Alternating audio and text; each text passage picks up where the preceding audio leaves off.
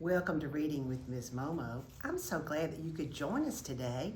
Today we're going to be talking about kindness, random acts of kindness, and how kindness can make a difference in someone's life. It can change their whole perspective, the whole way they think about things. So I want you to sit and listen very carefully. There's a lesson to be learned here, and we're going to talk about that lesson at the end. So please sit back and give me your full attention now, and let's listen. This story was recommended to me by one of my teacher friends at O'Bannon Elementary in Greenville, Mississippi. I've never read this book before. She asked me to read it, and now it's one of my very favorites, and I will read it every year to children. So please sit back and enjoy. Somebody Loves You, Mr. Hatch. Story by Eileen Spinelli. Pictures by Paul Yalowitz.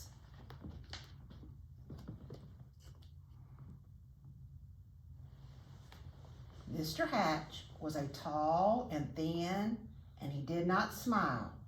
Every morning at 6:30 sharp, he would leave his brick house and walk 8 blocks to the shoelace factory where he worked. At lunchtime, he would sit alone in a corner, eat his cheese and mustard sandwich, and drink a cup of coffee. Sometimes he brought a prune for dessert. He had a very strict routine, doesn't he? And he's sitting here all by himself eating while everybody else is doing other things. After work, he would make 2 stops, at the newsstand to get the paper and at the grocery store to buy a fresh turkey wing for his supper. After supper, he read the paper, took a shower, and went to bed early. He keeps to himself. That is what everyone said about Mr. Hatch. He was a very lonely man and had a very tight schedule. He did everything right at the same time every day. One Saturday, when Mr. Hatch stepped onto the porch with his dustpan and broom, he got a surprise, a package wrapped in brown paper. He had never spoken to the postman before. "Thank you, Mr. Goober," he said.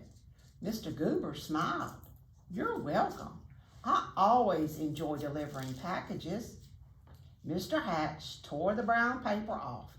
Inside was a white box, which he opened to find another box. This one had a heart-shaped, all satiny red with a pink bow on top. It was filled with candy. Something fluttered on the porch floor. It was a little white card. He picked it up. It said, "Somebody loves you." Only then did he remember that this was Valentine's Day. And there's Mr. Hatch with the box of chocolates and the little card that says, "Somebody loves you." Mr. Hatch wondered and wondered. Now, who would send this to me? He was all alone. He had no friends, and yet someone had sent him a valentine. Who? He put the box on the coffee table, and he tried to do some dusting. But every time he left the room, he had to keep peeking to see if the box was still there. He dusted and dusted, and the dust cloth seemed to whisper, "Somebody loves you. Somebody loves you." At last, he flung the dust cloth away and exclaimed, "Why, I've got a secret admirer." And then he did something he had never done before. He laughed. He laughed and danced and clapped his hands, and then he took a piece of candy from the box and he ate it. There he is, dancing, laughing, eating a piece of candy. He had never, ever done that before. Mr. Hatch changed his shirt and found some old aftershave in the bottom drawer. He splashed it on his face. He picked out a yellow tie with the blue polka dots and put it on. And then he went for a walk. Maybe, he thought, I will meet the person who sent me the candy. Of course, no one had ever seen Mr. Hatch wearing a tie or smelling of aftershave or smiling. So he got a lot of attention. Mrs. Weed tripped over her dog. Mr. Dunwood nearly fell off his ladder. And Tina Finn spilled all of her toys out of her wagon. Mr. Hatch waved hello to them all. And look, he's waving hello while they're spilling all their things because they've never seen Mr. Hatch like this before. He has transformed into something they've never seen. On Monday, it was back to work. At lunchtime, Mr. Hatch sat in the middle of the cafeteria. He spoke to everyone and passed out chocolate from his heart box. On the way home, as usual, he stopped at the newsstand.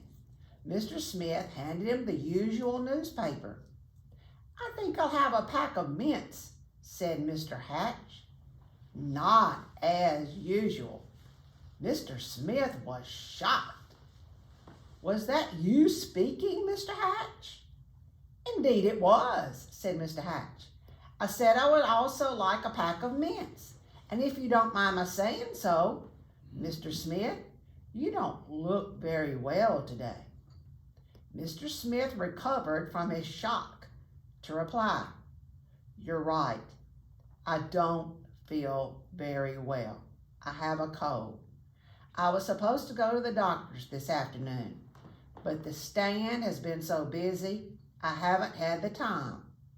Mr. Hatch smiled. "Why, I'd be happy to watch the stand for you while you go." Mr. Smith could hardly believe his ears. "You would?" "Certainly. Just show me what to do." And so Mr. Hatch ran the newsstand for an hour. He wondered if any of the women who stopped by to buy a paper or a magazine or a candy bar had sent him the mysterious Valentine. Wow, he's really changed, hasn't he? When Mr. Smith returned, Mr. Hatch made his usual stop at the grocery store. "I'm a little tired of turkey wings," he told Mr. Todd. "I think I'll have a nice fresh slice of ham." Mr. Todd weighed the meat and wrapped it. "You look worried," he said to Mr. Hatch. "I am," said Mr. Todd. "My little girl is late. She hasn't come home from school yet, and I can't leave the store to look for her until my wife arrives." "Goodness, why didn't you say so?" said Mr. Hatch. "I will go look for her." And so he walked to the school, and he found little Melanie Todd by the swings and brought her home. Thank you, said the grocer. "Any time," said Mr. Hatch, and there he found Melanie Todd. After supper, Mr. Hatch did not bother to read the paper. He decided to bake brownies instead. It would be nice to have brownies to share the next day with the people at the shoelace factory. As he baked, the warm chocolate smell of brownies floated through the neighborhood. Children gathered around Mr. Hatch's house, sniffing the air.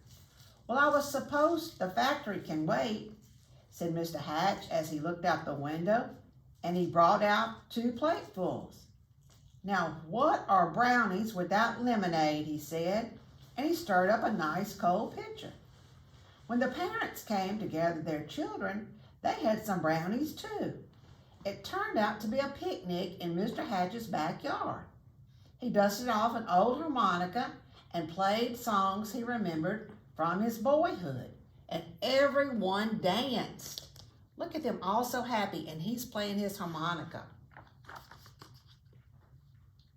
And so the days and weeks went by. When Mr. Hatch wasn't smiling, he was laughing. And when he wasn't laughing, he was helping someone. And when he wasn't helping someone, he was having a party in his backyard or on his porch. He seemed to have forgotten about finding the person who sent him the Valentine. Then one afternoon, Mr. Goober, the postman, came to his door. His face was very serious. "Come in, Mr. Goober," said Mr. Hatch. "You look upset." "I am upset," he said, "and I made a mistake some time ago. My supervisor is very angry with me. Do you... Yes, Mr. Goober, what is it?" "Do you recall the package I delivered to you on Valentine's Day, I think it was?" "Yes, I believe so," replied Mr. Hatch, beginning to feel a little uneasy. "I don't suppose you still have it," said Mr. Goober sadly. "As a matter of fact," said Mr. Hatch, "I still have the box. The candy is gone, though. But why do you ask?" The postman took a deep breath. "I'm afraid I delivered it to the wrong address. It was supposed to go to another house." Mr. Hatch recalled tearing off the brown paper. It had never occurred to him to look at the address. He fetched the heart-shaped box and the pink bow and gave them to the postman. "I do hope your supervisor won't be too angry with you now." The postman was heading down the sidewalk when Mr. Hatch called from his porch, "Mr. Goober, I forgot something." He gave the postman the little white card that said, "Somebody loves you." Alone in the living room, Mr. Hatch sighed. Nobody loved me after all. Then he read the paper, took his shower, and went to bed early. The next morning at 6:30 sharp, Mr. Hatch left his brick house and walked 8 blocks to the shoelace factory. At lunchtime, he sat in the corner by himself, ate his cheese and mustard sandwich, and drank a cup of coffee. He's back to the old Mr. Hatch before he got the card in the box. After work, he stopped at the newsstand for his paper, but he did not speak to Mr. Smith. And when he ordered his turkey wing from Mr. Todd, he did not smile.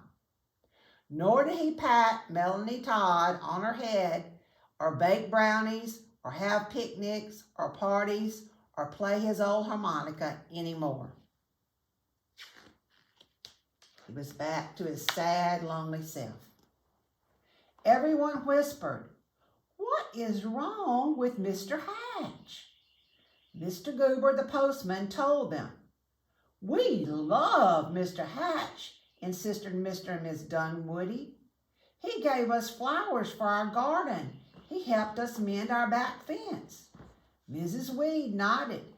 "I love him too. I saved his bones for my dog Ruffy. Ruffy barked. She loved Mr. Hatch too." Mr. Smith told everyone how Mr. Hatch had watched the newsstand so he could visit the doctor. And Mr. Todd told everyone how Mr. Hatch found his little girl. All the children in the neighborhood remembered Mr. Hatch's wonderful brownies and lemonade, and most of all his laughter. "Poor Mr. Hatch," they said. "What can we do?" Then Mr. Goober announced, "I have an idea." Look, each one of them is thinking about what Mr. Hatch did for them, and then Mr. Goober has an idea.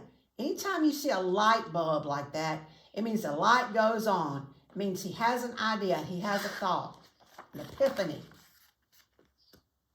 On Saturday morning, Mr. Hatch woke to a bright and sunny day. He put on his overalls and went out to the porch with his dustpan and broom. He couldn't believe his eyes. All over the porch were red and white hearts and pink bows. There were boxes of candy on the chairs and yellow streamers flowing from the ceiling, and sticking out of the mailbox was a shiny silver harmonica. The front yard was filled with people, happy, smiling people. They were holding up a huge sign with hand-painted letters, and it said, "Everybody loves Mr. Hatch." And look, here is everybody watching Mr. Hatch, and he cannot believe it. He is so excited. Mr. Hatch dabbed a tear with his handkerchief. I do believe, he sniffed, somebody loves me after all. And then he smiled, and then he laughed, and then he hurried down with his friends. And I bet he played that silver new harmonica to them and made brownies and lemonade, don't you? You know, Mr. Hatch changed just because he thought someone loved him. Just because he got a box of candy with a card that said somebody loves you, he completely changed. His upside down frown turned into a smile. You know what? You can give somebody a gift, give them a smile, give them a hug, tell them you love them, make them a card, do something nice for them. Valentine is coming up, but you can do it any day. Last night, a friend of mine gave me these smiley face earrings because she knows I love smiley faces. And all around me today are happies that friends, family, and former students have given me from time to time that are hearts and valentines and things that they know that I would love.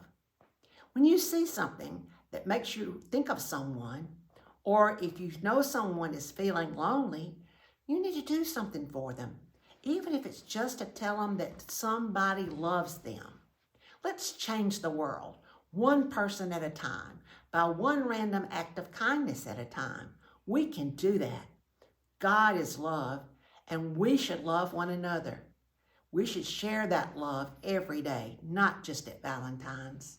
So until we meet again, smile and be happy and love one another. God bless.